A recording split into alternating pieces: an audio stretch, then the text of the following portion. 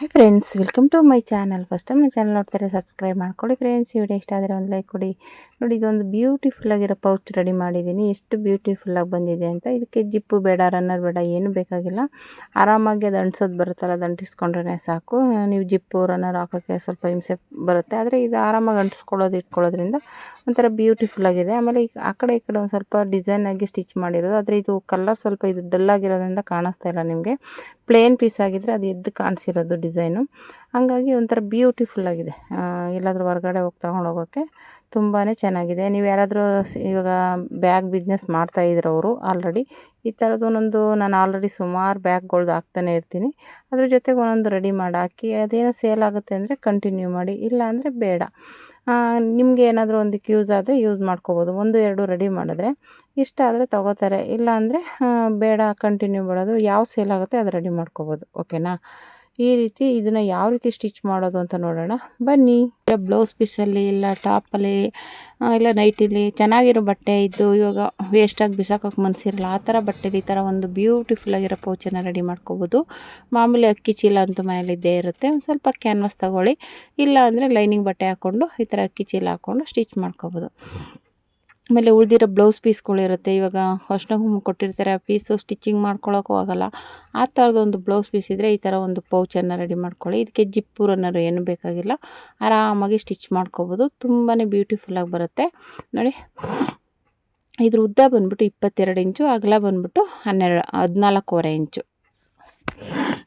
ಇಷ್ಟನ್ನು ತಗೊಂಡು ಇದು ಲೈನಿಂಗ್ ಬಟ್ಟೆ ಮತ್ತು ಅಕ್ಕಿ ಚೀಲ ಇದಿಷ್ಟನ್ನು ಅದ್ರ ಜೊತೆಲಿ ಇಟ್ಟು ಸ್ಟಿಚ್ ಮಾಡ್ಕೊತಾ ಇದ್ದೀನಿ.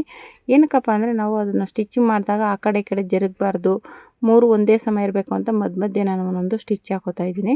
ಈ ಥರ ಸ್ಟಿಚ್ ಹಾಕೋದ್ರಿಂದ ನಮಗೆ 3 ಪೀಸು ಒಂದೇ ಸಮನಾಗಿರುತ್ತೆ, ನೀಟಾಗಿರುತ್ತೆ. ಓಕೆನಾ? ಆ ಕಡೆ ಈ ಕಡೆ ಸರಿಯಲ್ಲ, ಒಂಥರ ಫಿನಿಶಿಂಗ್ ಚೆನ್ನಾಗಿ ಬರುತ್ತೆ. ಅದಕ್ಕೋಸ್ಕರ ಈ ಥರ ಒಂದೊಂದು ಅಂದರೆ ದೂರ ಒಂದೊಂದು ಸ್ಟಿಚ್ ಹಾಕ್ಕೊಳ್ಳಿ. ಈಗ 3 ಪೀಸ್ ಇರೋದ್ರಿಂದ ಒಂದೇ ಪೀಸ್ ಆಗಿದೆ ಏನೋ ಅನ್ನಿಸ್ತಾ ಇರಲಿಲ್ಲ. ಇವಾಗ ಲೈನಿಂಗು ಅಕ್ಕಿ ಚೀಲ ಬೇರೆ ಒಂಥರ ಮುರ ಅಂತ ಇರುತ್ತೆ. ಈ ಥರ ಸ್ಟಿಚ್ ಹಾಕೋದ್ರಿಂದ ಒಂಥರ ಸ್ಟಿಫಾಗಿ ಕೂತ್ಕೊಳ್ಳುತ್ತೆ. ಆಮೇಲೆ ಅಲ್ಲೇ ಒಂಥರ ರಿಂಕಲ್ಸ್ ಥರ ಬಂದ್ಬಿಡುತ್ತೆ. ಅದಕ್ಕೋಸ್ಕರ ಈ ಥರ ಸ್ಟಿಚ್ ಮಾಡ್ಕೊಳ್ಳೋದ್ರಿಂದ ನೀಟಾಗಿ ಕೂತ್ಕೊಳ್ಳುತ್ತೆ. ಇವಾಗ ಎಕ್ಸ್ಟ್ರಾ ಬಟ್ಟೆ ಏನೇನಿದೆ, ಲೈನಿಂಗ್ ಬಟ್ಟೆದಾಗಲಿ ಅಕ್ಕಿ ಚೀಲದಾಗಲಿ ಎಲ್ಲ ಕಟ್ ಮಾಡಿ ತೆಗೆದುಬಿಡಿ. ನಾನು ಆಲ್ರೆಡಿ ಮೇನ್ ಪೀಸ್ ಬಂದ್ಬಿಟ್ಟು ಕರೆಕ್ಟಾಗಿ ತೊಗೊಂಡಿದ್ದೀನಿ.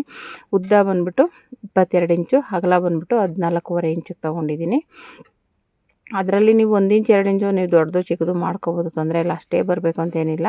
ಇದಕ್ಕೆ ಜಿಪ್ಪು ರನ್ನರು ಏನೂ ಇಲ್ಲದೆ ಇರೋ ಕಾರಣ ನೀವು ಆರಾಮಾಗಿ 1 ಇಂಚು 2 ಇಂಚು ಎಕ್ಸ್ಟ್ರಾ ಬೇಕು ಅಂದರೂ ಮಾಡ್ಕೋಬೋದು. ಓಕೆನಾ? ಇವಾಗ ಈ ರೀತಿ ಎಲ್ಲ ಕಟ್ ಮಾಡ್ಕೊಂಡು ನಾನು ಆಗಲೇ ಹೇಳ್ದಾಗೆ ಫುಲ್ಲು ಸ್ಟಿಚ್ ಹಾಕೋತಾ ಇದ್ದೀನಿ. ಅಡ್ಡಡ್ಡವಾಗಿ ಉದ್ದುದ್ದವಾಗಿ ಸ್ಟಿಚ್ಗಳು ಹಾಕ್ತಾಯಿದ್ದೀನಿ. ಅಂದರೆ ಅಲ್ಲಲ್ಲಿ ದೂರವಾಗಿ ಒಂದೊಂದು 4-5 ಸ್ಟಿಚ್ ಹಾಕ್ಕೊಂಡೆ. ಏನಕ್ಕಪ್ಪ ಅಂದರೆ ಅದು ಹೇಳಿದ್ನಲ್ಲ, ಸ್ಟಿಫ್ ಆಗಿರಲಿ ಅಂತ. ಲೈನಿಂಗು ಮತ್ತು ಇದು ಲೈನಿಂಗ್ ಬಟ್ಟೆ ಮತ್ತು ಅಕ್ಕಿ ಚೀಲ ಮೇನ್ ಪೀಸು 3 ಒಂದೇ ಸಮನಾಗಿರಬೇಕು ಅನ್ನೋದಕ್ಕೋಸ್ಕರ ಇದು ಮಾಡಿದೆ. ಆಮೇಲೆ ಆ ಕಡೆ 3 ಇಂಚು, ಈ ಕಡೆ ಒಂದು 3 ಇಂಚಿಗೆ ಟ್ಯಾಗ್ನ ಇಟ್ಟು ಸ್ಟಿಚ್ ಮಾಡ್ಕೊಳ್ಳಿ. 3 ಇಂಚಿಗೆ ಮಾರ್ಕ್ ಮಾಡಿಕೊಂಡು ಉದ್ದ ಬಂದ್ಬಿಟ್ಟು 15 ಇಂಚು ತೊಗೊಳ್ಳಿ ಸಾಕು. ಟ್ಯಾಗಿಗೆ 15 ಇಂಚು, ಅಲ್ಲಿ ಅದ್ರ ಒಳಗಡೆ ತೊಗೊಂಡ್ರು 14 ಇಂಚ್ ತೊಗೊಂಡ್ರು ನಡೆಯುತ್ತೆ. 15 ಆದರೆ ಸ್ವಲ್ಪ ಲೆಂತಿಯಾಗಿರುತ್ತೆ. ಓಕೆನಾ? ಇಲ್ಲ ಲೆಂತಿ ಬೇಡ ಅಂದರೆ 14 ಇಂಚಿಗೂ ತೊಗೋಬೋದು, ತೊಂದರೆ ಏನಿಲ್ಲ. 1 ಇಂಚ್ ಕಮ್ಮಿ ಮಾಡ್ಕೊಬೋದು. ಇವಾಗ ಇದನ್ನು ಸ್ಟಿಚ್ ಮಾಡಿಕೊಂಡು ನಾನು ಆಲ್ರೆಡಿ ಇವಾಗ 3 ಇಂಚಿಗೆ ಮಾರ್ಕ್ ಮಾಡಿದ್ದೀನಲ್ಲ, ಅಲ್ಲಿಟ್ಟು ಸ್ಟಿಚ್ ಮಾಡ್ಕೋಬೇಕು. ಟ್ಯಾಗ್ನ ಸ್ಟಿಚ್ ಮಾಡಿ ಅಲ್ಲಿ ಫೋಲ್ಡ್ ಮಾಡಿ ಸ್ಟಿಚ್ ಮಾಡ್ಕೊಂಬಿಡ್ಬೇಕು ನೀಟಾಗಿ ಫಿನಿಶಿಂಗ್ ಬರೋ ಥರ. ಟ್ಯಾಗ್ ಸ್ಟಿಚ್ ಮಾಡಿ ಆಮೇಲೆ ಅದೇ ಬಟ್ಟೆನ ಒಳಗಡೆ ಫೋಲ್ಡ್ ಮಾಡಿದ್ರೆ ಫಿನಿಶಿಂಗ್ ಬರುತ್ತೆ. ಆ ರೀತಿ ಸ್ಟಿಚ್ ಮಾಡ್ಕೊಳ್ಳಿ, ಒಂಥರ ಚೆನ್ನಾಗಿ ಕಾಣಿಸುತ್ತೆ. ನಾನು ಆಗಲೇ ಹೇಳ್ದಾಗೆ ಆಲ್ರೆಡಿ 3 ಇಂಚಿಗೆ ಮಾರ್ಕ್ ಮಾಡಿದ್ದೀವಲ್ಲ, ಅಲ್ಲಿ ಈ ಥರ ಇಟ್ಕೊಂಡು ಮೊದಲು ಸ್ಟಿಚ್ ಮಾಡ್ಕೊಳ್ಳಿ. ಆಮೇಲೆ ಇವಾಗ ಅದನ್ನು ಫೋಲ್ಡ್ ಮಾಡಿ ಸ್ಟಿಚ್ ಮಾಡಿ. ಈ ರೀತಿ ಇವಾಗ ಫೋಲ್ಡ್ ಮಾಡಿ ಸ್ಟಿಚ್ ಮಾಡೋದ್ರಿಂದ ಫಿನಿಶಿಂಗು ಬರುತ್ತೆ, ನಿಮಗೆ ಟ್ಯಾಗು ನೀಟಾಗಿ ಕೂತ್ಕೊಳ್ಳುತ್ತೆ. ಓಕೆನಾ? ಈಗ ಮಾಡಿ ಡಬಲ್ ಸ್ಟಿಚ್ ಹಾಕ್ಕೊಂಬಿಡಿ. ಟ್ಯಾಗ್ ಆ ಕಡೆ ಈ ಕಡೆ ಜರುಗೋದಿಲ್ಲ, ನೀಟಾಗಿರುತ್ತೆ. 2 ಕಡೆಯೂ ಸೇಮ್ ಅದೇ ರೀತಿಯೇ ಸ್ಟಿಚ್ ಮಾಡಿ ಫೋಲ್ಡ್ ಮಾಡಿಕೊಂಡು ರೆಡಿ ಮಾಡ್ಕೊಳ್ಳಿ. ಇದು ರೆಡಿ ಆದಮೇಲೆ ಮಧ್ಯದಲ್ಲಿ ಫೋಲ್ಡ್ ಮಾಡಿಕೊಂಡು ಒಂದು ನ್ಯಾಚ್ ಹಾಕ್ಕೊಳ್ಳಿ. ನ್ಯಾಚು ಇಲ್ಲ ಮಾರ್ಕು ಮಧ್ಯದಲ್ಲಿ ನಮ್ಗೆ ಎಲ್ಲಿ ಬರುತ್ತೆ ಅನ್ನೋದೊಂದು ಮಾರ್ಕ್ ಬರಬೇಕು. ಓಕೆನಾ? ಬ್ಯಾಗ್ನ ಇವತ್ತು ರೆಡಿ ಆದಮೇಲೆ ಮಧ್ಯದಲ್ಲಿ ಫೋಲ್ಡ್ ಮಾಡಿ ಈ ರೀತಿ ಇಟ್ಕೊಳ್ಳಿ. ಇವಾಗ ಇದು ಬಂದ್ಬಿಟ್ಟು ಆ ಕಡೆ 6 ಇಂಚು, ಈ ಕಡೆ 6 ಇಂಚಿಗೆ ಮಾರ್ಕ್ ಮಾಡ್ಕೊಳ್ಳಿ. ಈ ಥರ ಫೋಲ್ಡ್ ಮಾಡ್ಕೊಂಬಿಟ್ಟು ಆ ಕಡೆ 6 ಇಂಚಿಗೆ ಮಾರ್ಕ್ ಮಾಡಿ, ಈ ಕಡೆ 6 ಇಂಚಿಗೆ ಮಾರ್ಕ್ ಮಾಡಿ, ಕೆಳಗಡೆ ಮೂಲೆ ಇರುತ್ತಲ್ಲ ಅಲ್ಲಿಗೆ ಒಂದು ಕ್ರಾಸಾಗಿ ಒಂದು ಮಾರ್ಕ್ ಮಾಡ್ಕೊಳ್ಳಿ. ನಾನು ಇಲ್ಲಿ ತೋರಿಸ್ತಾ ಇದ್ದೀನಲ್ಲ ಆ ಥರ ಆ ಮೂಲೆ ಕರೆಕ್ಟಾಗಿ ಬರಬೇಕು. ನಾವು ಅಲ್ಲಿ 6 ಇಂಚಿಗೆ ಮಾರ್ಕ್ ಮಾಡಿದ್ದೀವಲ್ಲ, ಅಲ್ಲಿಂದ ಕೆಳಗಡೆ ಮೂಲೆಗೆ ಬರೋ ಥರ 4 ಮೂಲೆಯಲ್ಲೂ ಮಾರ್ಕ್ ಮಾಡ್ಕೊಳ್ಳಿ. ಇವಾಗ ಇದನ್ನು ಓಪನ್ ಮಾಡಿ. ಓಪನ್ ಮಾಡಿಬಿಟ್ಟು ನಾವು ಇವಾಗ ಆಲ್ರೆಡಿ ಮಾರ್ಕ್ ಮಾಡಿದ್ದೀವಲ್ಲ ಅಲ್ಲಿ ಒಂದು ಸ್ಟಿಚ್ ಹಾಕ್ಕೋಬೇಕು.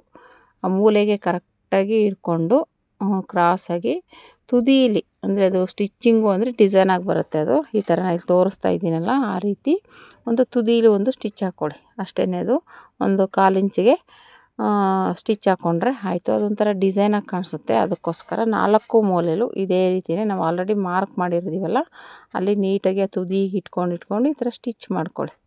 ಓಕೆನಾ? ಈ ಥರ ಸ್ಟಿಚ್ ಮಾಡ್ಕೊಂಡಾದಮೇಲೆ ಮತ್ತೆ ಆಮೇಲೆ ಅದನ್ನು ಇನ್ನೂ 1 ಇಂಚು ಮುಂದೆಗಿಟ್ಟು ಸ್ಟಿಚ್ ಮಾಡ್ಕೋಬೇಕು. ಇವಾಗ 4 ಮೂಲೆ ಸ್ಟಿಚ್ ಆದಮೇಲೆ ಇನ್ನೂ 1 ಇಂಚು ಮುಂದಕ್ಕೆ ಫೋಲ್ಡ್ ಮಾಡಿ ಸ್ಟಿಚ್ ಮಾಡ್ಕೋಬೇಕು. ಅದನ್ನು ಹಾಗೆ ಹೇಳಿದ್ರೆ ಗೊತ್ತಾಗಲ್ಲ, ನೀವು ಫೋಲ್ಡ್ ಮಾಡಿದಾಗ ನೋಡಿಕೊಂಡು ಸ್ಟಿಚ್ ಮಾಡ್ಕೋಬೇಕಾಗುತ್ತೆ. ಓಕೆನಾ? ಇವಾಗ ಇದು ರೆಡಿ ಆಯಿತು. ಇವಾಗ ಇದು ರೆಡಿ ಆದಮೇಲೆ ಇವಾಗ ನಾನು ಆಗಲೇ ಹೇಳ್ದಾಗೆ ಇವಾಗ ಮತ್ತೆ ಅದನ್ನು ಒಂದು ಫೋಲ್ಡ್ ಮಾಡಿ, ಟ್ಯಾಗ್ ಹತ್ರ ಒಂದು ಫೋಲ್ಡಿಂಗ್ ಮುಂದೆ ಬನ್ನಿ. ಸ್ಟಿಚ್ ಮಾಡಿದ್ವಲ್ಲ ಅದರಿಂದ ಮುಂದೆಗೆ 1 ಇಂಚು ಕರೆಕ್ಟಾಗಿ ಮುಂದೆ ತಗೊಳ್ಳಿ. ಅಲ್ಲಂಗೆ ಮಾಡಿ ಮೇಲ್ಗಡೆ ಅದು ಒಂಥರ ಬಟನ್ ಹಾಕೋಕ್ಕೆ ಒಂಥರ ಚೆನ್ನಾಗಿ ಬರುತ್ತೆ. ಆ ಥರ ಒಂದು ಕಡೆ ಫೋಲ್ಡ್ ಮಾಡಿ ಒಂದು ಕಡೆ ಬಟನ್ ಹಾಕ್ಕೋಬೋದು. ನಾನು ಬಟನ್ ಹಾಕಿಲ್ಲ, ನನ್ನ ಹತ್ರ ಬಟನ್ ಇರಲಿಲ್ಲ. ಅದಕ್ಕೋಸ್ಕರ ನಾನೇನು ಮಾಡಿದೆ, ಅದು ಅಂಟ್ಸೋದು ಬರುತ್ತಲ್ಲ ಅದು ಹಾಕ್ಬಿಡೋಣ, ಅದು ಚೆನ್ನಾಗಿರುತ್ತೆ. ಓಕೆನಾ? ಈ ರೀತಿ 1 ಇಂಚು ಮುಂದಕ್ಕೆ ತಗೊಂಡು 2 ಕಡೆಯೂ ಸ್ಟಿಚ್ ಮಾಡ್ಕೊಳ್ಳಿ. ಓಕೆನಾ? ಇಲ್ಲಿ ತೋರಿಸ್ತಾ ಇದ್ದೀನಲ್ಲ ಅದೇ ರೀತಿ ಅದನ್ನ ಇವಾಗ ಸ್ಟಿಚ್ ಮಾಡಿದ್ದೀವಲ್ಲ ಅದರಿಂದ 1 ಇಂಚು ಮುಂದೆಗೆ 2 ಕಡೆಯೂ, ಅದು 1 ಇಂಚು ಮುಂದೆಗೆ ಇದೊಂದು ಹಂಗೆ 4 ಮೂಲೆಯಲ್ಲೂ 1 ಇಂಚು ಮುಂದಕ್ಕೆ ತೊಗೊಂಡು ಸ್ಟಿಚ್ ಮಾಡ್ಕೊಳ್ಳಿ. ಓಕೆನಾ? ಸ್ಟಿಚ್ ಮಾಡಿಬಿಟ್ಟು ಇವಾಗ ಸೀದಾ ಇಟ್ಕೋಬೇಕು. ಸೀದಾ ಫೋಲ್ಡ್ ಮಾಡ್ಕೊಂಬಿಟ್ಟು ಆವಾಗ ಸೀದಾ ಮಾಡಿ ಸೈಡಲ್ಲಿ ಸ್ಟಿಚ್ ಹಾಕ್ಕೊಳ್ಳಿ. 2 ಕಡೆಯೂ ನೀಟಾಗಿ ತುದಿಗೆ ಸ್ಟಿಚ್ ಹಾಕ್ಕೊಳ್ಳಿ, ಒಂದು 1/4 ಇಂಚು ಬಿಟ್ಟು. ಇವಾಗ ಸ್ಟಿಚ್ ಆದಮೇಲೆ ಉಲ್ಟಾ ತಿರುಗಿಸ್ಕೊಳ್ಳಿ. ಉಲ್ಟಾ ತಿರುಗಿಸ್ಕೊಂಡು ಮತ್ತೆ ಒಂದು ಸ್ಟಿಚ್ ಹಾಕ್ಕೋಬೇಕು.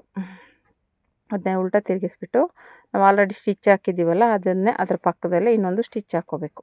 ಇವಾಗ ಸ್ಟಿಚ್ ಹಾಕ್ಕೊಂಡಾದ್ಮೇಲೆ ಮತ್ತೆ ಅದನ್ನು ಉಲ್ಟಾ ತಿರುಗಿಸ್ಬೇಕು. ಉಲ್ಟಾ ತಿರುಗಿಸ್ಬಿಟ್ಟು ಮತ್ತೆ ಅಲ್ಲಿ ಬಂದುಬಿಟ್ಟು 2 ಇಂಚಿಗೆ ಮೂಲೆಯಲ್ಲಿ ಸ್ಟಿಚ್ ಮಾಡ್ಕೋಬೇಕಾಗುತ್ತೆ. ಈ ಥರ ಉಲ್ಟಾ ತಿರುಗಿಸಿನೂ ಒಂದೊಂದು ಸ್ಟಿಚ್ ಹಾಕ್ಕೊಳ್ಳಿ.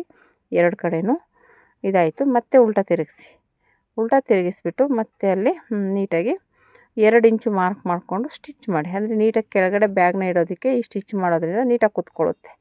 ಅದಕ್ಕೋಸ್ಕರ ಈ ಥರ ಉಲ್ಟಾ ತಿರುಗಿಸ್ಕೊಂಡು ಮೂಲೆಯಲ್ಲಿ ನೀಟಾಗಿ ಸೂಜಿಲಿ ತೆಗೆದುಬಿಟ್ಟು ಅಲ್ಲಿ ನೀವು 2 ಇಂಚಿಗೆ ಮಾರ್ಕ್ ಮಾಡಿಕೊಂಡು 2 ಕಡೆಯೂ ಸ್ಟಿಚ್ ಮಾಡಿ. ನಾನು ಇಲ್ಲಿ ತೋರಿಸ್ತಾ ಇದ್ದೀನಲ್ಲ ಆ ಮೂಲೆಯಲ್ಲಿ ಆ ರೀತಿ ಇಟ್ಕೊಂಡು 2 ಇಂಚಿಗೆ ಮಾರ್ಕ್ ಮಾಡ್ಕೊಳ್ಳಿ. 2 ಇಂಚು ಮಾರ್ಕ್ ಮಾಡ್ಕೊಂಡಾದ್ಮೇಲೆ ಅಲ್ಲಿ ಡಬಲ್ ಸ್ಟಿಚ್ ಹಾಕ್ಕೊಳ್ಳಿ. ಎಕ್ಸ್ಟ್ರಾ ಬಟ್ಟೆ ಬರೋದನ್ನು ಕಟ್ ಮಾಡಿಬಿಡಿ. ಆ ಮೂಲೆ ತುದಿಲಿ ಬರುತ್ತಲ್ಲ ಬಟ್ಟೆ ಅದನ್ನು ಕಟ್ ಮಾಡಿ ತೆಗೆದುಬಿಟ್ಟು ಮತ್ತೆ ಅದನ್ನು ಉಲ್ಟಾ ತಿರುಗಿಸ್ಕೊಳ್ಳಿ ಬ್ಯಾಗ್ನ. ಓಕೆನಾ? 2 ಕಡೆಯೂ 2 ಇಂಚು ಮಾರ್ಕ್ ಮಾಡಿ ಸ್ಟಿಚ್ ಮಾಡಿಬಿಟ್ಟು ಮತ್ತೆ ನಾನು ಹೇಳ್ದಾಗೆ ಆ ತುದಿ ಕಟ್ ಮಾಡಿಬಿಟ್ಟು ಅದನ್ನ ಉಲ್ಟಾ ತಿರುಗಿಸ್ಕೊಂಡು ಒಂದು ಸ್ಟಿಚ್ ಹಾಕ್ಕೊಳ್ಳಿ. ಓಕೆನಾ? ಬ್ಯೂಟಿಫುಲ್ಲಾಗಿರುತ್ತೆ. ಉಲ್ಟಾ ಮಾಡಿ ಒಂದು ಸ್ಟಿಚ್ ಹಾಕ್ಬಿಟ್ರೆ ಬ್ಯಾಗು ರೆಡಿ ಆಗುತ್ತೆ ನೋಡಿ. ಇದಕ್ಕೆ ಜಿಪ್ಪು ಬೇಡ, ರನ್ನರ್ ಬೇಡ, ಏನು ಬೇಕಾಗಿಲ್ಲ. ಒಂಥರ ನಿಮ್ಮ ಮನೇಲಿ ಒಂದು ಹಳೇ ಬ್ಲೌಸ್ ಪೀಸ್ ಉಳ್ಕೊಂಡಿದ್ರೆ ಈ ಥರ ಒಂದು ಪೌಚನ್ನು ರೆಡಿ ಮಾಡ್ಕೊಳ್ಳಿ. ಒಂಥರ ಡಿಸೈನಾಗಿ ಬ್ಯೂಟಿಫುಲ್ಲಾಗಿ ಕಾಣಿಸುತ್ತೆ. ಓಕೆನಾ? ಎಲ್ಲರೂ ಹೊರಗಡೆ ಹೋದಾಗ ತಗೊಂಡು ಹೋಗ್ಬೇಕಂತೂ ಫೋನ್ ಇಟ್ಕೊಂಡು ಹೋಗ್ಬೇಕಂತೂ ಸೂಪರಾಗಿರುತ್ತೆ ಬ್ಯಾಗು. ಈ ರೀತಿ ರೆಡಿ ಮಾಡಿಕೊಂಡು 2 ಕಡೆ ಸ್ಟಿಚ್ ಮಾಡಿದ್ರೆ ನಮಗೆ ಬ್ಯಾಗ್ ರೆಡಿ ಆಗುತ್ತೆ. ಮತ್ತು ಇದನ್ನು ಉಲ್ಟಾ ತಿರುಗಿಸ್ಕೊಂಡ್ರೆ ರೆಡಿ ಆಯಿತು. ನಾನು ಆಗಲೇ ಹೇಳಿದಾಗೆ ಅಲ್ಲಿ ಬಟನ್ ಇಡೋದಕ್ಕೆ ರೆಡಿ ಇಡ್ಬೋದು, ಆದರೆ ನಾನು ಬಟನ್ ಇಡೋದಿಲ್ಲ. ಅದಕ್ಕೋಸ್ಕರ ನಾನೇನು ಮಾಡಿದೆ, ಅಂಟಿಸೋದಾದರೆ ಅದು ನಿಮಗೆ ಹಿಂಗೆ ಸುಮ್ಮನೆ ಸ್ಟಿಚ್ ಮಾಡಿಕೊಂಡ್ರೆ ಸಾಕು, ಅಂಟಿಸ್ಕೊಂಡು ಓಪನ್ ಮಾಡೋಕ್ಕೂ ಈಸಿಯಾಗಿರುತ್ತೆ ಅದನ್ನು. ಓಕೆನಾ? ಬಟನ್ದು ಇದ್ದರೆ ಹಾಕ್ಬೋದು, ಕೆಲವ್ರ ಹತ್ರ ಬಟನ್ ಹಾಕೋದಿರಲ್ವಲ್ಲ, ಅದಕ್ಕೋಸ್ಕರ ನಾನು ಅಂಟಿಸೋದಾದರೆ ಆಲ್ರೆಡಿ ಅಂಗಡಿಗಳಲ್ಲಿ ಸಿಗುತ್ತೆ.